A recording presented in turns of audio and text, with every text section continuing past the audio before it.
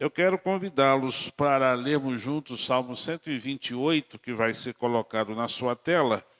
O Salmo 128, como eu disse, não é um salmo necessariamente tematizado, dia disso, dia daquilo outro. A Bíblia não trabalha essas coisas, essa agenda, mas ele traz princípios, traz orientações que, se aplicado à nossa vida de qualquer um, como pais ou não, vai nos ajudar a viver para a glória de Deus e a perceber algumas coisas importantes. Então, para os pais também, certamente, terá um valor muito forte os princípios que nós encontramos na palavra do Senhor no Salmo 128. Quero te convidar para ficar em pé, nós vamos ler esses salmos, vai ser colocado na tela, pode colocar, muito bem, vamos ler, vamos juntos? Bem-aventurado aquele que teme ao Senhor e anda nos seus caminhos, pois comerás do trabalho das tuas mãos, feliz serás e te irás bem. A tua mulher será como a videira frutífera aos lados da tua casa, os teus filhos como plantas de oliveira à roda da tua mesa. Eis que assim será abençoado o homem que teme ao Senhor. O Senhor te abençoará desde Sião, e tu verás o bem de Jerusalém em todos os dias da tua vida. E verás os filhos de teus filhos e a paz sobre Israel. Feche os seus olhos, vamos falar com Deus. Nosso Pai, nós agradecemos ao Senhor por esse tempo que estamos vivendo e nós te agradecemos porque estamos comemorando os pais que temos presentes aqui, lembrando de outros que já partiram com saudade, mas gratos sempre porque a vida nos foi dada pelo Senhor usando esses homens e mulheres para que a gente pudesse nascer. E como é bom viver, como é bom ter, ó Deus, além da vida, ter encontrado a vida eterna por meio de Jesus. E como é bom que a gente se tornou irmãos em Cristo e a gente pode desfrutar esse tempo uns com os outros. Por isso, Senhor, recebe nossa oração, o nosso pedido de que o Senhor fale conosco por meio da palavra, para a gente cada dia ir ajustando um pouquinho que seja a nossa vida aos planos, propósitos, aquilo que o Senhor planejou para a gente viva uma vida agradável a Ti, que certamente será agradável a nós por isso, e que vai nos conduzir para sermos pais melhores, filhos melhores, esposos, maridos melhores. Assim, nos ajude, fala conosco mais uma vez por Tua palavra, em nome de Jesus. Amém. Você pode sentar, por favor. Muito bem, meus irmãos, o Salmo 128 pertence ao grupo dos chamados cânticos dos degraus, ou cânticos das subidas, né? São cânticos que são entoados pelos peregrinos. Pense aqui, nós estamos falando de muito tempo atrás, né? Muitos milhares de anos para trás, e as pessoas subiam.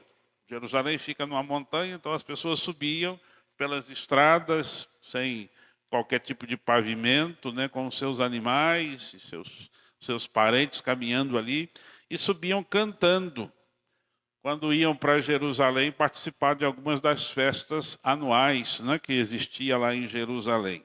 Festas que eram prescritas lá nos 5 primeiros livros da Bíblia, principalmente de Êxodo para frente, quando você tem a lei. Então, é interessante que o Salmo 128 não deve ser lido, ele acompanha o 127, não é? No 127, a gente lê que se o Senhor não edificar a casa, em vão trabalham os que a edificam. E o Salmo 128, ele é como um complemento natural dessa verdade do Salmo 127. Ele descreve a vida prática da família que é edificada por Deus. Nós estamos numa sociedade que constantemente tenta, vamos dizer, redefinir a estrutura da família. Nós somos, como família, atacados constantemente. Principalmente o pai, o marido, o homem da casa, porque a sociedade tem tentado desvalorizar a liderança masculina, a liderança espiritual do pai.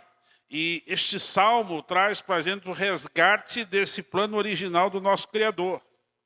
É interessante olhar para a passagem, porque Deus não dirige a sua mensagem aos príncipes, aos grandes governantes, aos líderes políticos, nada disso. O texto fala ao homem comum, a gente como eu e como você, ao pai de família do dia a dia. E quando ele vai expondo aqui a jornada do pai que teme a Deus, do homem que teme a Deus, eu vou aplicar aqui sempre pensando em pai, mas é qualquer pessoa, né? A passagem nos convida a observar o movimento desta bênção que nasce no coração do homem, se manifesta no seu trabalho e no seu lar e vai, de alguma forma, transbordar para toda a sociedade. Se tivermos famílias ajustadas, temos sociedades melhores, temos uma igreja fortalecida, o núcleo da família é de extrema importância para o sucesso de muitas coisas na vida. Meus irmãos, para a gente compreender como essa bênção se desenvolve e como o homem pode vivenciá-la nos dias de hoje, a gente precisa examinar esse texto e eu vou convidar para você olhar para ele como 4 movimentos que o próprio salmista estabelece aqui na passagem, né? Primeiro, pensando na fonte da bênção, que o verso 1 nos traz essa fonte, que é o temor e a obediência pessoal a Deus. O verso 1 vai abrir o texto revelando a raiz de uma vida abençoada. Ele diz, bem-aventurado aquele que teme ao Senhor e anda nos seus caminhos. Leiam, por favor, todos repitam. Podem ler.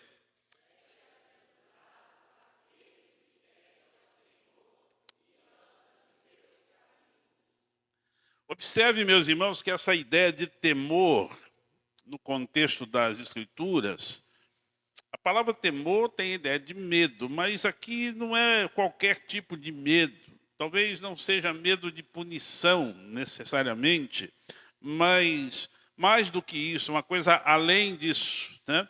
Aquela ideia de uma postura de quem conhece quem Deus é, o que Ele pode fazer, e quem você é, a sua fraqueza, e então a sua disposição em entender o que Deus faz, então temê-lo, no sentido de ter uma reverência amorosa a Deus, ter uma submissão, reconhecendo a sua soberania, Ele tendo autoridade e poder sobre sua vida. O texto mostra para a gente que o ponto de partida para a gente desenvolver a vida, e principalmente como pais, né, e a nossa condição de pais ser uma condição frutífera, nunca será a nossa habilidade humana, o que a gente sabe fazer, o que a gente consegue fazer, mas a atitude de um coração que está diante do seu Criador em temor, que reconhece quem é esse Deus e por meio de Cristo tem um relacionamento com Ele. Essa é a parte fundamental para a gente ter condições de viver a vida do jeito que agrade o Senhor e que traga bênção para a família. O salmista vai conectar imediatamente essa ideia desse temor interno lá no coração com a nossa conduta, o nosso modo de ser e de agir, porque o texto vai dizer, e anda nos seus caminhos. Bem-aventurado, em algumas Bíblias, vem traduzido como feliz, não é? É aquele que teme, ou seja, entendeu quem é o Senhor, mas também anda nos seus caminhos. Veja que o temor, aquilo que está acontecendo no interior do coração, vai se traduzir em ações. Nós temos a tendência perigosa de conhecer as coisas muito em teoria. Quando a gente faz perguntas sobre questões espirituais, sobre Deus, sobre as questões das Escrituras, muita gente responde muito bem, mas não vive. Tem conhecimento, mas não coloca na prática. E é preciso sair, que essa questão daquilo que você sabe das Escrituras, que você aprendeu, aquilo que você chama de algum tipo de valor, de princípio espiritual, precisa se tornar em alguma coisa prática, que leve direção para a sua vida. Então, a palavra ali, andar nos caminhos, caminhos ali está se referindo à revelação da lei de Deus, da vontade de Deus para nós. O homem abençoado, feliz, vai alinhar as suas decisões diárias, aquilo que ele pensa, fala e faz todos os dias, com os preceitos, com os ensinos de Deus, da palavra de Deus. Não é só conhecer, mas é conhecer e aplicar a vida, é conhecer e praticar. Então, meus irmãos, a liderança espiritual no lar começa com o exemplo, não necessariamente com o discurso. E eu ouvi isso aqui dos testemunhos que foram ditos aqui, de alguns, né? De observar. A gente descobre isso cedo, né? Você começa a fazer alguma coisa, você olha para a criança, de repente ela está repetindo o que você está fazendo. A imitação é sempre uma questão muito visível, né? Notória na vida dos nossos filhos. Então, o pai não pode guiar os seus filhos, presta atenção nisso, por caminhos que ele se recusa a trilhar. A lógica de muitos é: vai para a igreja ou faça as coisas certas que eu não faço, igreja que eu não vou, não é? Você precisa fazer isso, mas é aquela lógica errada de provérbio, né? Ensina a criança, o texto diz, no caminho que deve andar, mas muita gente só ensina o caminho, mostra, aponta o dedo, o caminho é aquele, eu não ando nele não, mas você deve andar. E o texto chama a atenção para a gente andar no caminho, vai junto, dá o exemplo, seja você a fazer primeiro, né? Então, se você pensar um pouquinho num trem, não é? Pensando num trem sob trilhos, a coisa funcionando ali certinha, o temor do Senhor poderia ser comparado a uma locomotiva, né, que está ali trilhando o caminho, não é? E os caminhos são os trilhos. O que acontece se a locomotiva, se o trem sai dos trilhos? Você sabe o desastre que se torna, não é? Então, imagine que a sua família está nesse pacote, né, dos vagões que você está puxando. O resultado é o descarrilamento. Toda a família vai fora, né, vai sofrer os danos. Então, o verdadeiro valor de um pai para a família não vai ser medido, primeiramente, pelo cargo, pela posição, pelos recursos financeiros que ele possa conseguir fora da sua casa, mas, biblicamente, segundo o Salmo 128, pela genuína reverência que esse homem vai demonstrar a Deus dentro da sua própria casa. Aí sim, estamos falando de alguém que está entendendo quem Deus é, quem Ele é, pecador carente de Cristo, e que está vivendo em total dependência do Senhor, e que isso, no tempo próprio, vai gerar os seus frutos. É assim que nós precisamos confiar. Outra questão interessante está no verso 2. Dessa bênção que vem, né, você tem o fruto dela, já acontecendo no seu trabalho diário. O verso 2 move a nossa atenção do interior do homem, no caso aqui do pai, para o seu trabalho, o seu labor. Diz assim: pois comerás do trabalho das tuas mãos, feliz serás e te irá bem. Você vai comer do fruto do próprio trabalho. No Antigo Testamento, uma das maldições que decorriam da desobediência a esse acordo, aquela aliança com Deus, era o homem plantar e o inimigo colher. É você fazer a lavoura e alguém levar essa lavoura embora, sem que você não desfrute do resultado disso. O salmista está assegurando aqui que o homem que teme ao Senhor desfrutará do fruto do seu próprio esforço. Ou seja, Deus está dignificando e protegendo o trabalho do justo, daquele que o ama, daquele que o conhece. E aí o texto vai dizer, feliz serás e te irá bem. E essa expressão indica satisfação que vem de um trabalho sustentado pelo favor de Deus, pela boa vontade de Deus em nos socorrer, em nos ajudar. A promessa não é ausência de cansaço, a promessa não é de ausência de dificuldades econômicas. A palavra aqui está garantindo o sustento com paz de consciência. É a provisão necessária para a vida debaixo do cuidado do Pai Celestial. Ele disse isso lá em Mateus, né? Jesus dizia, olha, os passarinhos não trabalham, e Deus os alimenta. Você só precisa buscar em primeiro lugar o reino de Deus e a sua justiça, as coisas necessárias para a vida, Deus dará. Meus irmãos, o trabalho do pai, do homem, pai de família, não deve ser visto como um fardo, não deve ser visto como uma obrigação secular, deve ser visto como uma vocação sagrada que Deus concedeu para que você possa cuidar do sustento e da proteção do lar. Em um tempo que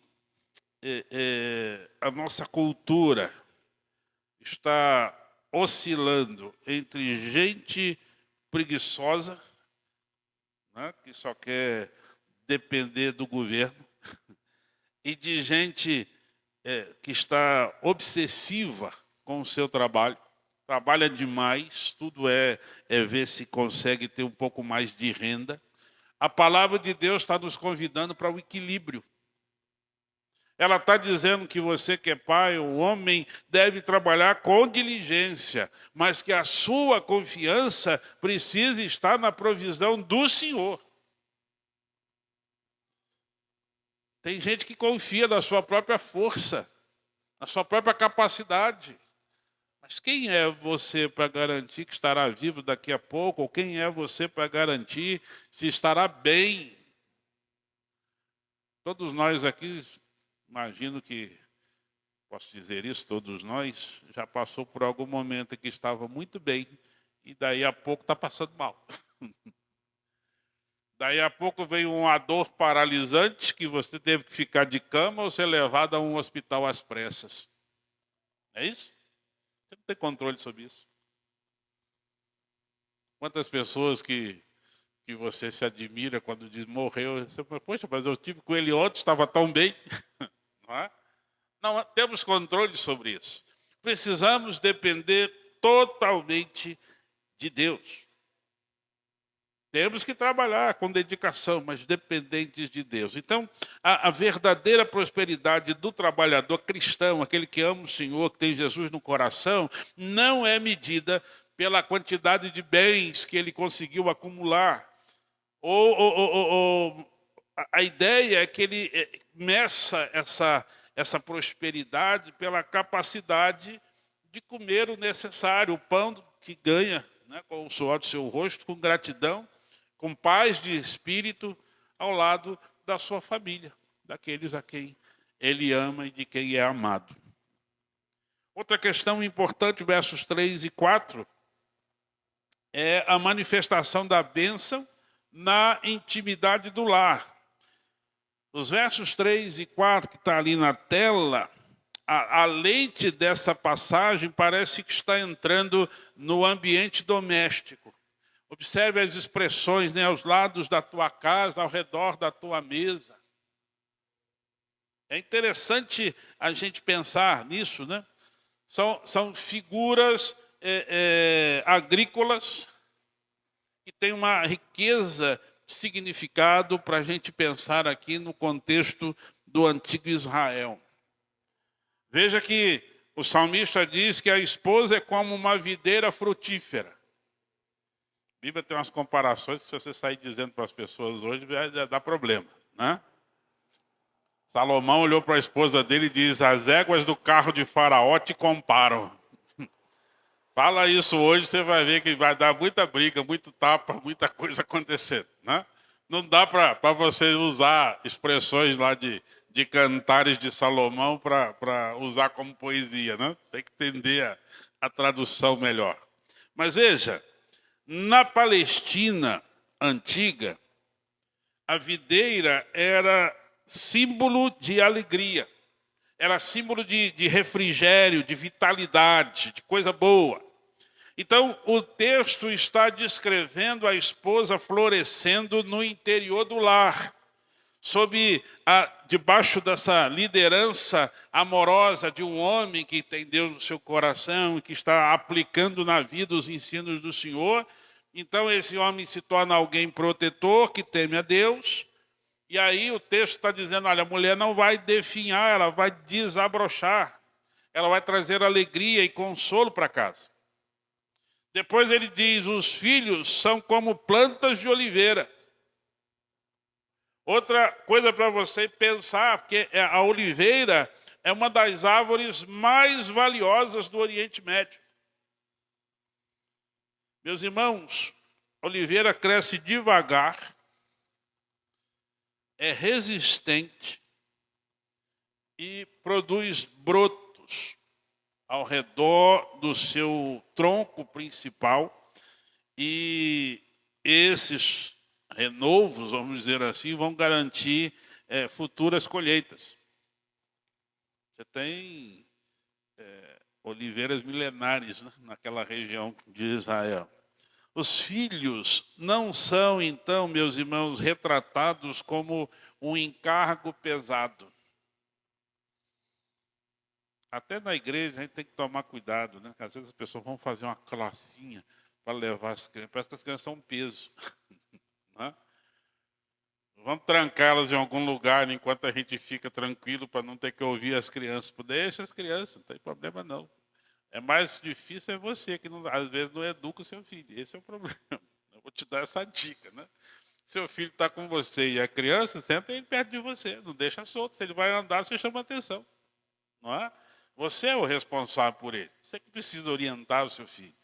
Principalmente, eu vou passar essa tarefa aos pais, né? Porque muitos pais deixam os filhos fazerem o que querem e a mãe fica desesperada esperando que o pai faça alguma coisa e ele não faz nada. Não é? A gente precisa pensar nisso. Mas pensa comigo, os filhos não são esse encargo pesado, eles não são peso. Eles são investimentos de longo prazo. Eles são cheios de vigor, instruídos, cultivados, como diz o texto, ao redor da mesa familiar. Você está lá no café, no almoço, em algum momento que vocês estão juntos, que você pode fazer repassar essas coisas que aprendeu na vida. O verso 4 vai trazer algo também importante, porque o salmista insere uma pausa aqui, que ele dá uma ênfase. Eis que assim será abençoado o homem que teme ao Senhor.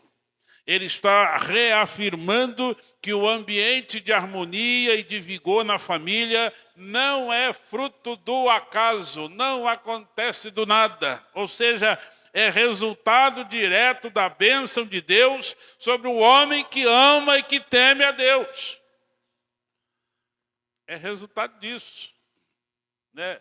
Não é coisa, como diz o povo, tipo Big Bang explodiu, aconteceu. Não, não acontece não, é fruto de trabalho mesmo. Você vai se dedicar ao Senhor.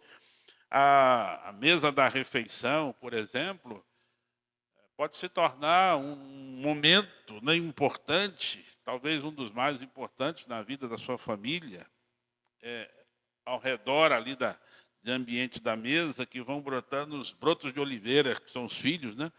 Regados ali com instrução, com diálogo, com oração, com afeto. São coisas que a gente precisa ir desenvolvendo e pensando. Uma oliveira precisa de tempo e precisa de cultivo, cuidados para dar frutos. Da mesma forma, criar os filhos requer presença e paciência. Meus irmãos, os homens que estão aqui, os que são pais principalmente, você precisa investir todo o seu tempo nesse cuidado. Tem muita gente que investe o tempo fora de casa, muita gente que negligencia a oração, muita gente que negligencia a sua presença em casa, o seu afeto para com a esposa e filhos. Não demonstra isso nem para a esposa, como vai então educar os filhos. Está trocando a família que está sendo apresentada aqui no Salmo 128, que é como um pomar eterno, por coisas passageiras desse mundo. Não é? Qualquer coisa ganha mais a nossa atenção e ganha mais o nosso coração do que a própria família. Isso é triste em muitas casas, quando a gente constata essa realidade. Nós precisamos nos voltar para os planos de Deus para nós. E aí, nos versos 5 e 6, para a gente terminar, nós temos a expansão da bênção que veio sobre este homem e sobre a sua família, agora atingindo a comunidade. Veja, a conclusão do Salmo, nos versos 5 e 6, expande o alcance da bênção, mostrando que ela ultrapassa os limites da nossa casa. O Senhor te abençoará desde Sião, é um outro nome para Jerusalém, tá? Tu verás o bem da cidade, no caso de Jerusalém, todos os dias da tua vida, e verás filhos dos teus filhos e a paz sobre Israel. Aí veja que o Salmo está bem voltado ali para a questão nacional, né? A ideia de o Senhor te abençoará desde Sião e verás o bem de Jerusalém todos os dias da tua vida. Entenda o seguinte, Sião, Jerusalém, era o centro da adoração pública. Era mais ou menos sair de casa para vir ao templo servir aqui na igreja.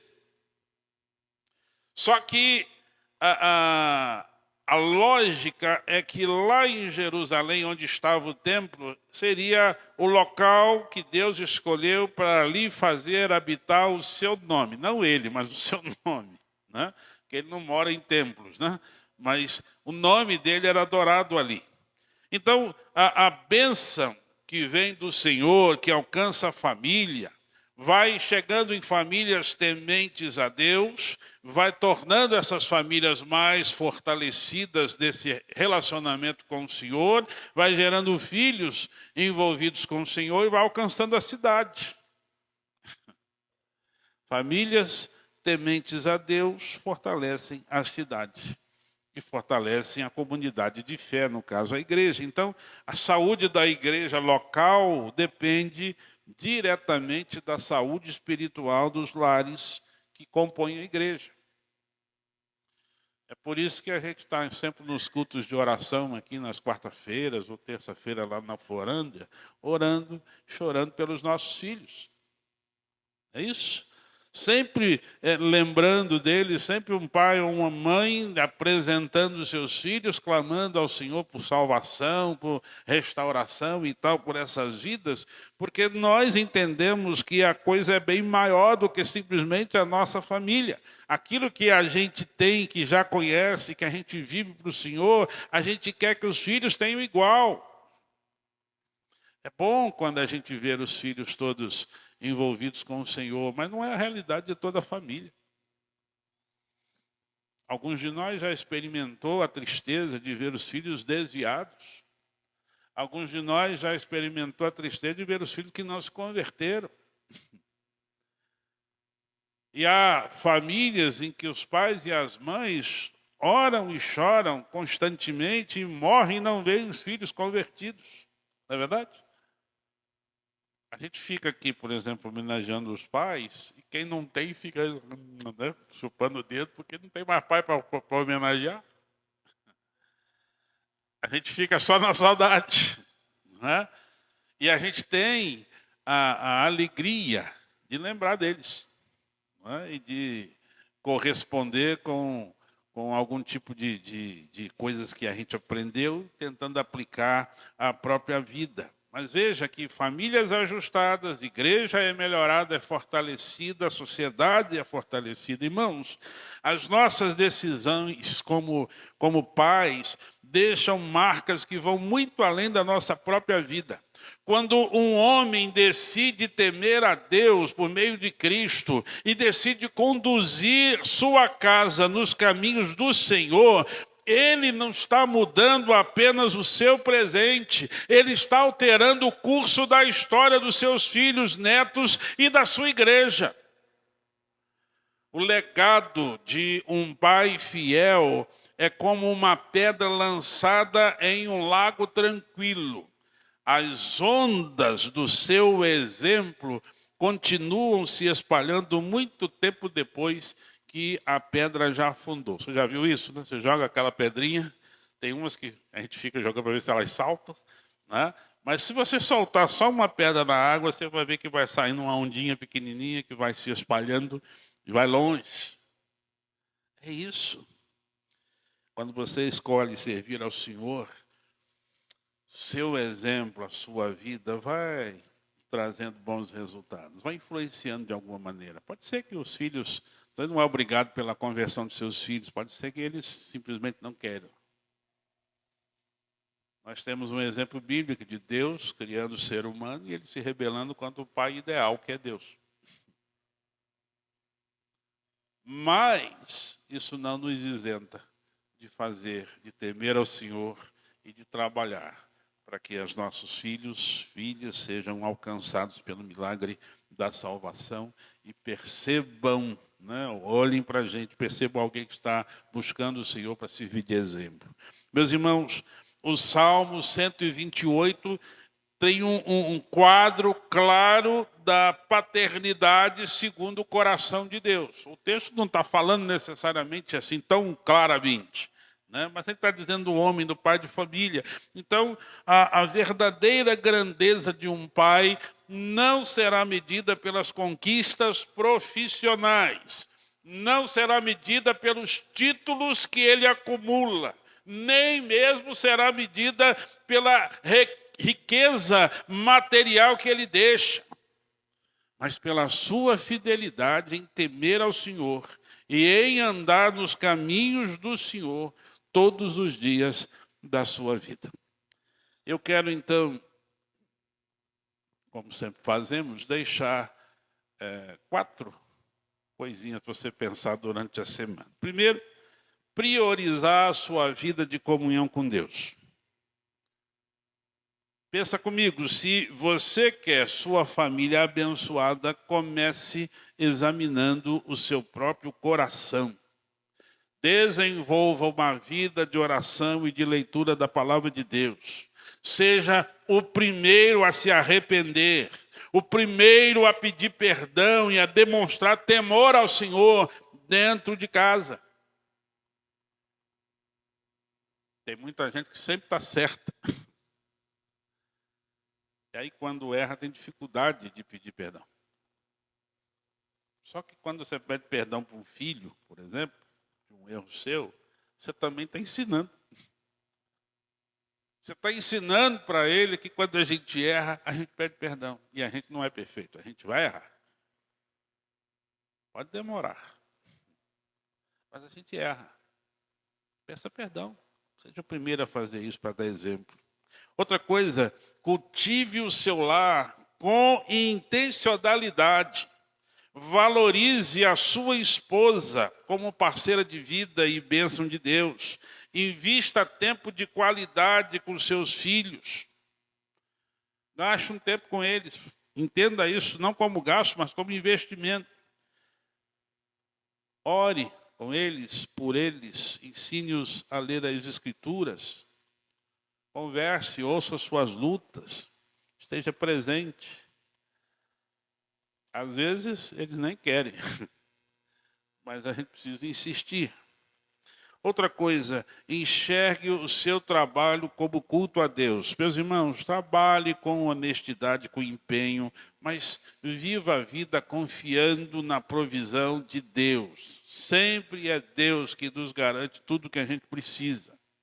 Não permita que a busca por bens materiais Roube o seu tempo, tempo que pertence a Deus e o tempo que pertence à sua família.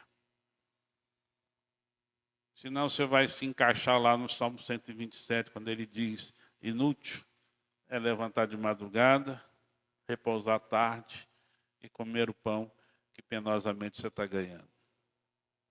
Se você está perdendo a família por causa disso, não está compensando. É preciso que você entenda isso.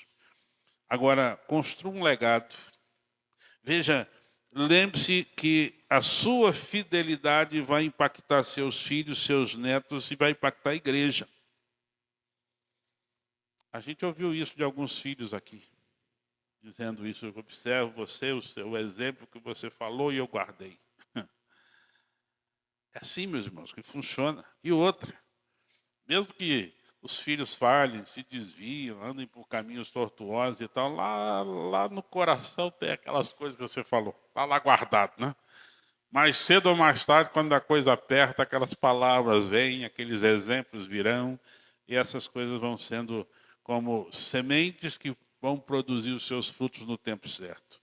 E a gente precisa confiar no Senhor para isso. Então, viva de tal maneira que as próximas gerações da sua família encontrem no seu exemplo um caminho seguro para buscarem a Deus por meio de Jesus.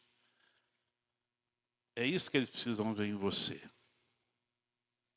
Nosso grande objetivo. A gente tem tantas coisas que a gente quer ver os filhos acontecer, mas nosso grande objetivo e oração deve ser a conversão deles. Deve ser que estejam caminhando, andando com o Senhor. E a gente precisa dizer as coisas necessárias para isso. Queridos pais, que Deus abençoe suas vidas e use vocês como bons missionários dentro das suas casas, instrumentos do Senhor que vão abençoar a família e que os nossos filhos, ouvindo as nossas palavras, o nosso exemplo, de alguma maneira se tornem pessoas que também vão fazer as mesmas coisas, convidando a outros a confiarem em Jesus como Senhor e Salvador e a viverem para a glória de Deus. Que Deus abençoe vocês, em nome da Igreja Batista em Santa Cruz, do qual eu sou representante legal. Bonito isso, né? Parabéns para vocês. Parabéns.